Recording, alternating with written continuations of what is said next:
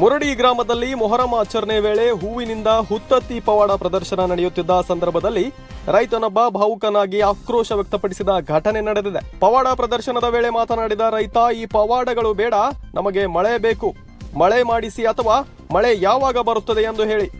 ನಮಗೆ ಹೂ ಬೆಳೆಯೋದು ಗೊತ್ತು, ಹುತ್ತತ್ತಿ ಬೆಳೆಯೋದು ಗೊತ್ತು, ಆದರೆ ಬೆಳೆ ಉಳಿಯಲು ಮಳೆಯೇ ಬೇಕು ಎಂದು ಅಸಮಾಧಾನ ವ್ಯಕ್ತಪಡಿಸಿದರು. ಮಳೆಯ ಕೊರತೆಯಿಂದ ರೈತರು ತೀವ್ರ ಸಂಕಷ್ಟ ಅನುಭವಿಸುತ್ತಿದ್ದು ಬೆಳೆಗಳು ಒಣಗುವ ಭೀತಿಯಿಂದ ಆತಂಕಗೊಂಡಿದ್ದಾರೆ.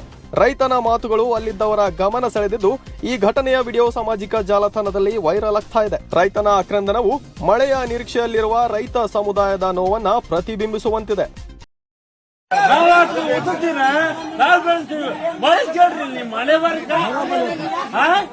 ಮಳೆ ಕೇಳ್ರಿ, ಬೀಜ ಹಾಕಿವಲ್ಲಿ ಭೂಮಿ ಒಳಗ ಕೇಳ್ರಿ, ಮಳೆ ಏನಾಗುತ್ತೆ ತಂದ ಅದನ್ನ ಹೇಳ್ತಾರೆ. ನಾನು ಅದನ್ನ ಹೇಳ್ತಾರೆ, ಕೇಳ್ರಿ ಏನಾಗುತ್ತೆ ಮಳೆ ಅನ್ನೋದು ಕೇಳ್ರಿ.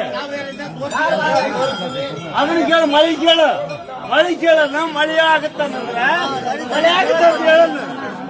ಬೀಜ ಹಾಕಿವಲ್ಲಿ ಮತ್ತೆ ಮಳೆ ಕೇಳ್ರಿ, ಉತ್ತತ್ತಿ ಕೇಳ್ರಿ, ಹೂವು ಕೇಳ್ರಿ, ಹೋಗಿ ಉತ್ತತ್ತಿ ಹೂವು ತಗೊಂಡು ಏನ್ ಮಾಡ್ತೀರಿ?